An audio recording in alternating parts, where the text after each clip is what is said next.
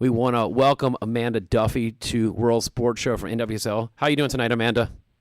I'm wonderful. Thanks for having me. Good. Appreciate you taking the time out, and want to appreciate everything you guys are doing. I know you guys are working double time right now.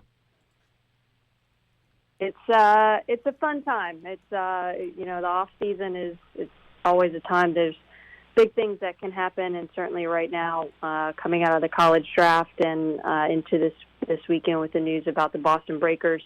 Certainly unfortunate news, but a big year ahead for NWSL this 2018 season.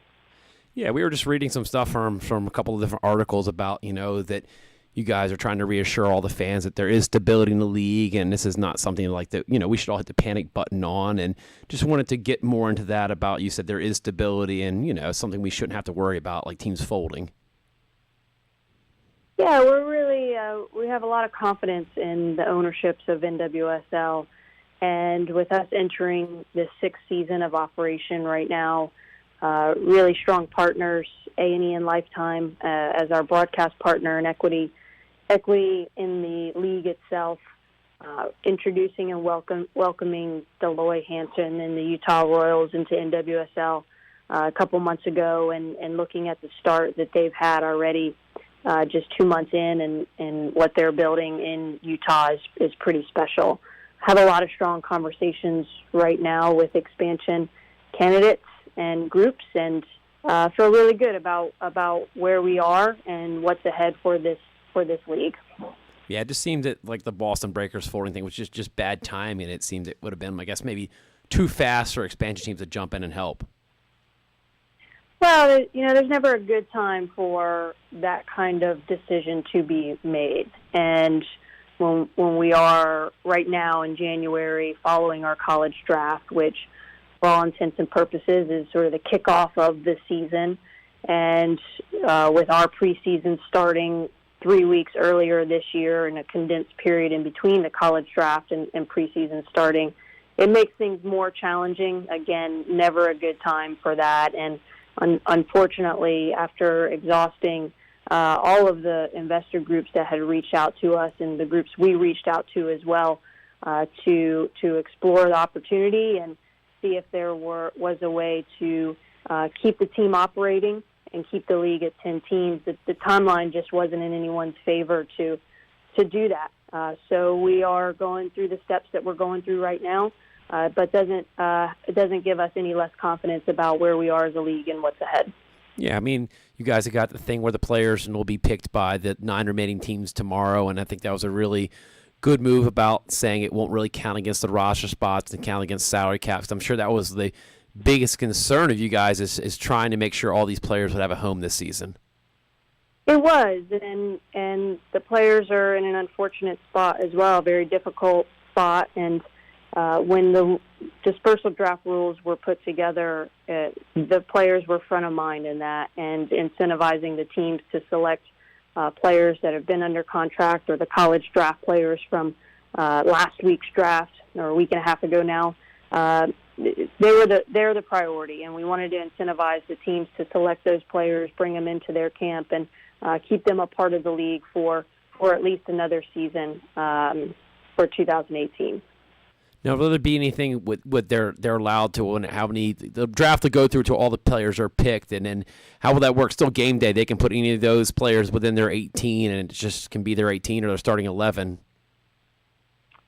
Correct. So it'll still be an 18-player game day roster, but the players that are selected through the dispersal draft tomorrow, they won't count towards each team's 18 to 20 player roster. Gotcha.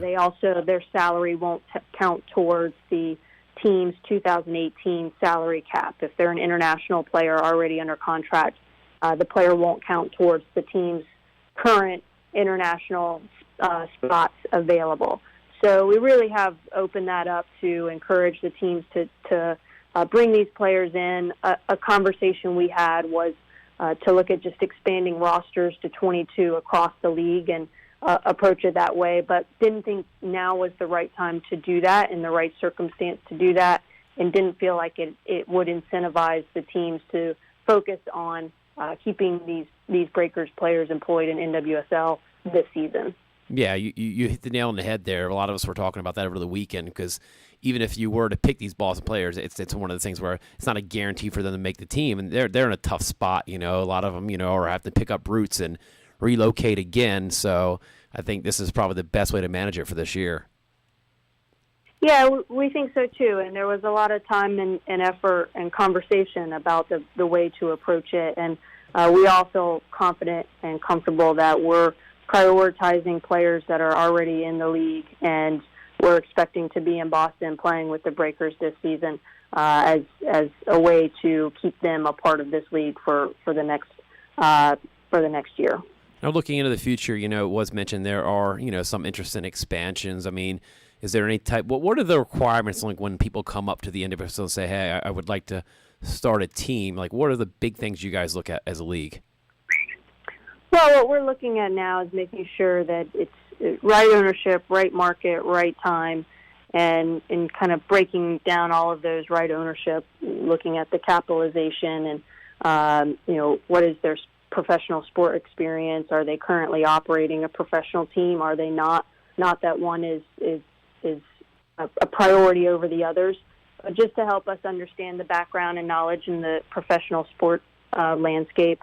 With the market, is it a market that we've identified that we want to be in as the league grows and we want to expand more on the West Coast to populate on the western side of the United States?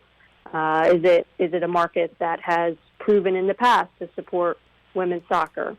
And is it the right time? With a player pool in the United States, we want to make sure that as we expand, we're not diluting the league and the parity in the league, the talent in the league, too quickly by our expansion. So we have to keep that in mind as well as we have these conversations and evaluate the pace at which we expand, the location at which we expand, and with whom we are expanding with. I want to thank you for everything, Amanda, for calling to the World Sports Show, and I know you got a lot on your plate, and appreciate everything you guys are doing. It's definitely a season we're looking to get underway, and anything we can do World Sports Show, let us know. Thanks for having me, and thanks for your support. No problem. Thank you. And that was Amanda Duffy from NWSL. Just had her on kind of addressing. Thank you for watching a World Sports Show production. For more info, go to worldsportsshow.com.